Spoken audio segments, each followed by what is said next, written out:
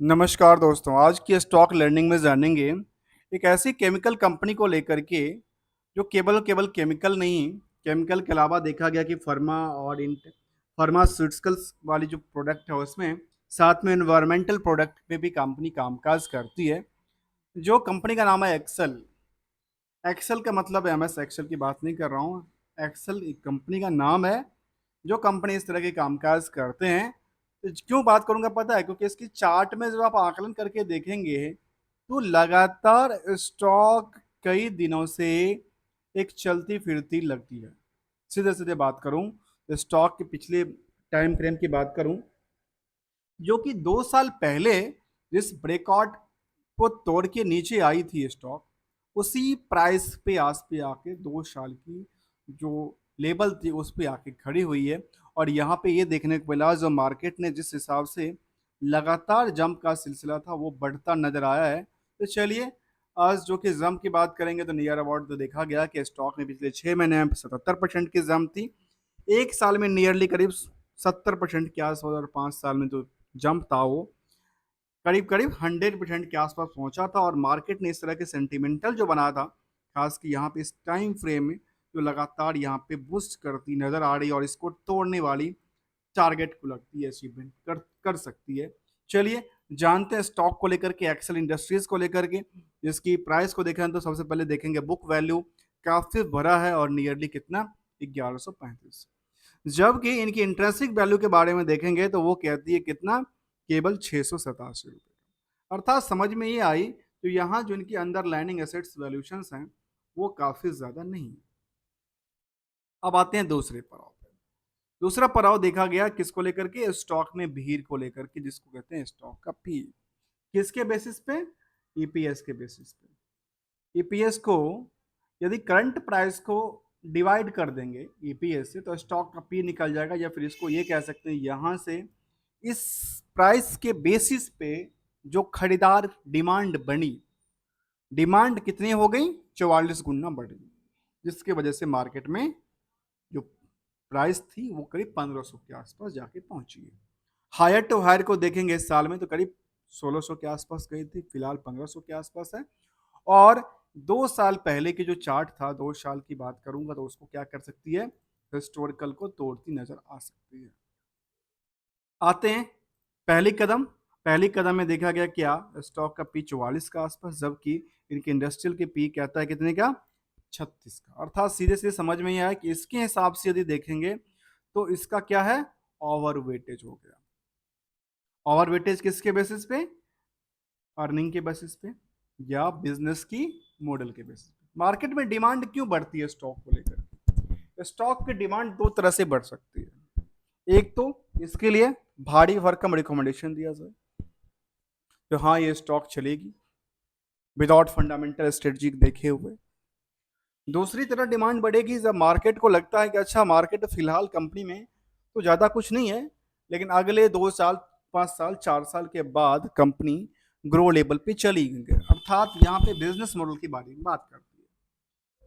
तो यहाँ पे देखा गया कि प्रोमोटर्स होल्डिंग 62% के आसपास है, जो कि कितना, 1 करोड़ 26 लाख की शेयर में।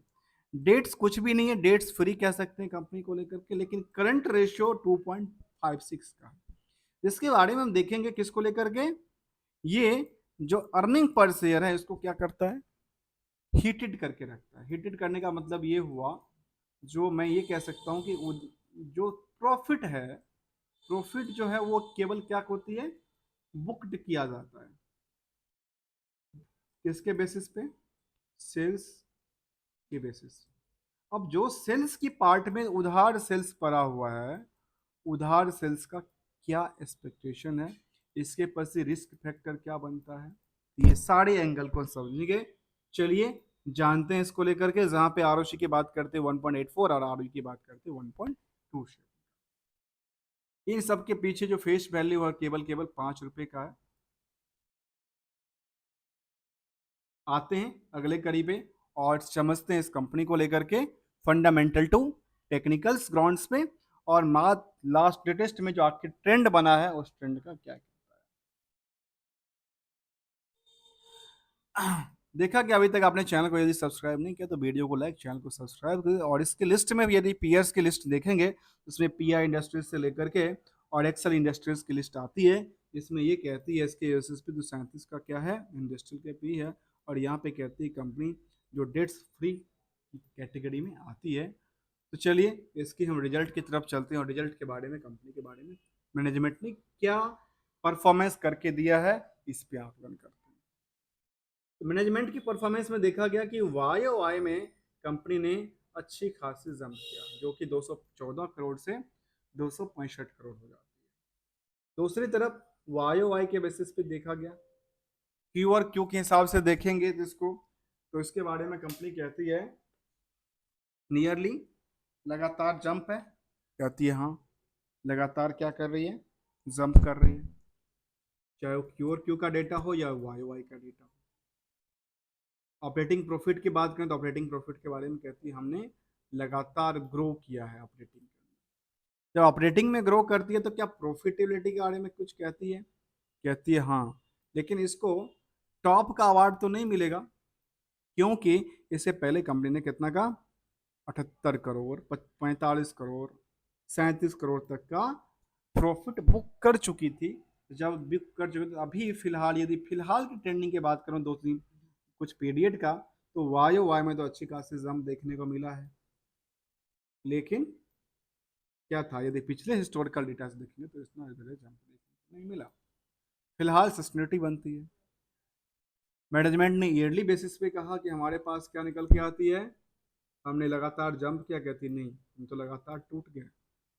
टूट कैसे गए, कोविड के बाद इसमें जो सस्टेनिटी थी वो डगमगा गई, लेकिन पिछले 22 और 23 में अच्छी खासी जंप किया, लेकिन 24 में आके पिट गई। अब पिटने के बाद देखा गया कि 12 महीने में डेटा में फिर से रिकवरी बनी है। जब रिकवरी बनी तो क्या हुआ, ऑपरेटिंग प्रॉफिट मार्जिन तो 20% के आसपास हुआ कर रहा था, वहां पे 6% के आसपास की आके अटकी। इसके बाद सवाल बनता है क्या स्टॉक को लेकर के, जो यहाँ पे पूरे साल की 10 साल को देखें तो कंपनी के जो प्रॉफिटेबिलिटी थी वो 17 करोड़ के आसपास, 80 करोड़ के आसपास। मतलब इसमें उन्होंने अपनी आप को अपग्रेड नहीं किया, प्रॉफिट अपग्रेड नहीं हुआ, लेकिन स्टॉक अपग्रेड होता रहा। अब इसका बर्डन का वजह क्या हो सकता है, जहाँ पे क्या उन्होंने इंटरेस्ट बर्डन को बढ़ा रखा है, कहती नहीं इंटरेस्ट बर्डन भी नियर अबाउट द सेम, उसमें कोई फेरबदल देखने को नजर नहीं है। तो आखिर क्या हुआ इसको लेकर, जहाँ पे ईपीएस में लगातार जो जंप का सिलसिला था वो जंप हो गया, लास्ट जो 13 था वो 13 कितना, करीब करीब 2.5 टाइम्स इसमें इंक्रीज हो गई। चार के चार इंडिकेटर्स इसके बारे में हिस्टोरिकल डेटा फ्रेम साथ में कहती है। उसके बारे में देखा जाए सेल्स को लेकर के, सेल्स ग्रो में क्या थी, डिक्लाइन थी। प्रॉफिट ग्रो में डिक्लाइन थी। स्टॉक प्राइस सीजीआर में लगातार क्या थी, जंप थी। और यहाँ पे आकर के डिक्लाइन, मतलब इन तीनों के तीनों। आखिर क्या होता है कि यहाँ पे कुछ ऐसे स्टॉक में इसकी किस वजह से यहाँ पे आकर पिटी थी और यहाँ पे आकर चलती नजर आई, इसके बारे में एक नज़र डालेंगे सेंटिमेंटल को लेकर के और बाकी सारे एस्पेक्ट को लेकर के। तो पहले चलते हैं बैलेंस शीट फिगर को, क्योंकि ये जो पार्ट था जिसकी वजह से हमने देखा कि ये जो पार्ट थी जिसकी वजह से क्या था, सब के सब जो इंडिकेटर थे, सेल्स तो लगातार गिरा था बाकी सारे चीज़ को लेकर के, तो वो इसका कुछ हिस्टोरिकल डेटा मिलेगा बैलेंस शीट को लेकर के। तो बैलेंस शीट में हम जानेंगे इसको लेकर क्या, जो बोरोइंग्स के पार्ट थे उसमें कोई फेरबदल नहीं देखने को मिला, जो कि पे आउट देखने को मिला था। अब आती है दूसरी सवाल के साथ, क्या उन्होंने अपनी फिक्स एसेट्स को सेल आउट कर दिया, तो कहती है नहीं, के पास fix asset near about the same रहे, उसमें कोई फेरबदल देखने को नजर नहीं आई। इन्वेस्टमेंट पार्ट में लगातार इन्होंने क्या किया, ग्रो किया, मतलब इनका जो पर्पस था वो क्या चला गया, इन्वेस्टमेंट की तरफ चला गया। इन्वेस्टमेंट जब किया तो इनके पास ट्रेड रिसीवेबल की बात होती है। ट्रेड रिसीवेबल के बारे में कहती है हमारे पास उधार सेल्स की बात करती है 185 करोड़ के आसपास की है, जबकि कैश का आकलन देखेंगे तो क्या कहती है केवल 12 करोड़ का। जब 12 करोड़ का कैश का आकलन है टोटल, 185 करोड़ का क्या है इनका उधार है। 185 करोड़ के धार में देखेंगे तो पूरे एक साल में 826 में 185 करोड़ का क्या था, उधार पड़ा था। और इतना ही नहीं, यदि 23 करोड़ का उन्होंने प्रॉफिट बुक किया था, कितने का प्रॉफिट बुक किया था, 17 करोड़ का यदि प्रॉफिट बुक का, तो इसमें देखिए 185 करोड़ का क्या था, इनका मार्केट में अभी भी पैसा फंसा हुआ है, इसीलिए कहते हैं ये जो पार्ट था ना वो क्या था, एक बुक्ड था, लेकिन एक्चुअलिटी में जो सेल्स के हिसाब से बुक किया जिसको क्या किया गया, हीटेड किया गया इसके बेसिस पे, जो कि इनमें यदि बैड डेट्स का चक्कर होता है तो फिर क्या कहती है, यहीं से होता है रिस्क फैक्टर। और रिस्क फैक्टर क्या कहती है, इसकी डिटेल्स देख के आकलन को करते हैं, इसके बारे में कहते हैं नियरली करीब 3 महीने के आसपास, जो कि पहले से थोड़ा सा हाईली इंक्रीज करती नजर आ रही है। आते हैं पड़ाव को लेकर के, आखिर क्या हुआ इस स्टॉक को लेकर के, जहां पे वाई वाई तक और पिछले कुछ दिनों से 70-75% का जंप का सिलसिला चल रहा है। उसमें क्यू आर क्यू हिसाब से कंपनी ने कहा कि हमारे पास जो रिवेन्यू मॉडल है, रिवेन्यू में क्या हुआ, 23% की ग्रोथ थी। ऑपरेटिंग एक्सपेंसेस करीब 17% की ग्रोथ थी, जंप किया। जबकि इन्होंने नेट इनकम की बात किया 470% का जंप के साथ, और जो नेट प्रॉफिट मार्जिन थी वो भी करीब 327%, और इविटा भी 473% का जंप देखने को मिली है। आते हैं पड़ाव को लेकर के, जहाँ पे इन्वेस्टर की तादाद की बात करेंगे, और यहाँ पे हमने देखा कि स्टॉक ने जो ब्रेकआउट करती नजर आ रही है इसको सिलसिला को, उस सिलसिला के बाद फिलहाल इसको देखा जा सकता है, इसको लेकर के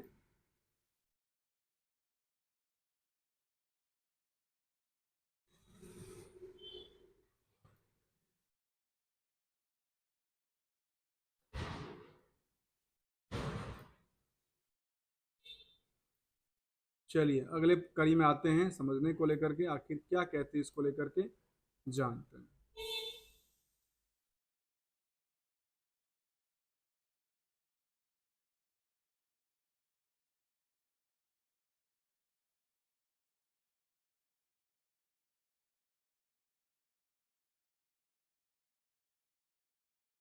आते हैं इसको कड़ी को लेकर के अगले पड़ाव में, और देखते हैं इस इन्वेस्टर की तादाद को लेकर क्या कहती है कंपनी। उसके बारे में देखा गया कि यहाँ पे लगातार कुछ डिमांड बढ़ी है। कहती है डिमांड जो थी पहले नियर अबाउट उतना ही रही है, उसमें कोई फेरबदल देखने को नजर नहीं आई, क्योंकि कभी पहले भी करीब 26,000 के आसपास के शेयर होल्डर हुआ करते थे, आज भी कभी 24,000 के आसपास के शेयर होल्डर थे। मतलब ये कह सकते हैं कि कुछ ही लोगों ने इसको दोबारा इनके पास से यहाँ पे शिफ्ट कर गई। शिफ्ट करने में देखा गया कि क्या हुआ, तो प्रमोटर के पास करीब 52% होल्डिंग थी। जो एफ आई डी आई की तादाद थी उसमें क्या था, उसमें नियर अबाउट द सेम रहा, उसमें कोई फेरबदल नहीं था। और इसमें जो डी आई की तादाद है वो काफ़ी ज़्यादा है, जहाँ पे देखने को मिला कि एल आई सी करीब 7% के आसपास की होल्डिंग बरकरार चल रही है इस कंपनी को लेकर के। तो यह कह सकते हैं कि यहाँ पे ध्यान देने वाली बात है कि कोई बिग डील तो नहीं हो रहा है, तो यहाँ पे बिग डील की बात तो देख हुआ था, लेकिन इनके पास क्या था, नियर अबाउट द सेम उनको प्रॉफिट बुकिंग करना था, इसलिए उन्होंने 1 रुपये के आसपास की मार्जिन लेते हुए 63,000 शेयर को उन्होंने खरीद बिक्री किया था। पब्लिक की बात करें तो पब्लिक में का जो 40% होल्डिंग है उसमें से 2-3 नाम निकल के आते हैं, उसको छोड़ के देखा जाए तो नियरली ये कह सकते हैं करीब करीब 35% के आसपास जो परसेंटेज है वो प्योरली पब्लिक के पास है, और प्योरली पब्लिक इसके बारे में लगातार कई बार सेटअप करती नजर आती है। चार्ट बेसिस पे देखेंगे तो चार्ट पे लगा कि एवरेज जो चार्ट है, चाहे हम 200 डे की चार्ट को भी आंकलन करके देखें तो उससे क्या कहती है, एक एक सिलसिला क्या था, सिलसिला इसका एक अच्छे सिलसिला में चालू हुआ है, जिसको मिनिमम देखा जाए कि 50 डे का चार्ट कहती है, 7 डे में एवरेज चार्ट क्या कहती है। तो ये आकलन करना जरूरी है, क्योंकि इस स्टॉक को ट्रेंडिंग व्यू को समझने को लेकर के, जहाँ पे एनालिसिस के बारे में कहती कंपनी कहती है कि लास्ट 5 साल में इनका सेल्स ग्रो में क्या था, एक डिक्लाइन किया था, रिटर्न भी डिक्लाइन किया था, और जो बाकी सारी चीज़ earning including the other income के साइड की बात किया है, जो कि कंपनी के डेटर्स डे की बात जो कि इंक्रीज करती नजर आई, ये भी इनके लिए डिमेरिट की सवाल बनती है। और वर्किंग कैपिटल में उन्होंने कहा कि हमारे पास यूटिलाइजेशन ज़्यादा होती नजर आती है, जहाँ पे पॉजिटिव पॉइंट ये है तो कंपनी जो डेट्स फ्री हो गई, ऑलमोस्ट डेट्स फ्री है company, in the maintain the healthy dividends की पे आउट उन्होंने कंपनी ने दर्ज किया है अपने बुक्स में। और ये कंपनी को लेकर के हमने जानने का प्रयास किया, यहाँ पे इंफ्रास्ट्रक्चर से लेकर के कहती है research and developments, manufacturing, contract manufacturing और सस्टेनेबिलिटी की बात करती नजर आई है इस स्टॉक को लेकर के, जहाँ पे इनकी हिस्टोरिकल डेटा और प्रोडक्ट एंड मार्केट की बात करते हैं, एग्रो केमिकल्स, पॉलीमर्स एक्टिविटीज़, और यहाँ पे सवाल बनता है कि किस सेक्टर से कितना पैसा आता है। इसके लिए हमें सबसे बेस्ट ऑप्शन पता है क्या लगता है, हमें जाना पड़ेगा बीएससी के अंदर, और बीएससी में एक सेगमेंट बाय डिटेल होता है, और सेगमेंट बाय डिटेल सर अच्छा परफॉर्मेंस की तुलना कर सकता है। जहाँ पे क्या देखने को मिला सेंटिमेंटल में, सेंटिमेंटल में ये देखने को मिला लॉस्ट ऑफ शेयर सर्टिफिकेट की बात करें तो चेंज ऑफ डायरेक्टर की बात करें, न्यूज पब्लिकेशन की बात करें, लगातार जो जंप किया सिलसिला यहाँ पे जो हायर टू हायर पे ट्रेड करती नजर आ रही है। इसके बाद एक नज़र डालते हैं इसको लेकर के सेगमेंट वाइज में कुछ ऐसा अपडेट होगा तो शायद हम इसको कवर कर सकते हैं। यहाँ पे मार्च तक का डेटा था, लेकिन मार्च के डेटा के बाद क्या कोई डेटा देखने को नजर नहीं आई, क्योंकि यहाँ पे डेटा इनका अपडेटेड देखने को नजर नहीं आई है। यहाँ पे देखना है कि केमिकल इंडस्ट्रीज इनके मेन मेन सेगमेंट के अंदर इसको कह सकते हैं कि मेन जो कामकाज है वो केमिकल इंडस्ट्रीज में ही कामकाज करते हैं, जहाँ पे करीब करीब 270 करोड़ तक इनका जो पिछले से पिछले क्वार्टर में इनका रिजल्ट बना था। यहाँ पे कई दफ़ा कुछ डेटा अपडेट नहीं होता, लेकिन यहाँ पे जून तक का डेटा अपडेट मिल चुका नज़र आता है। Thank you so much for joining hair.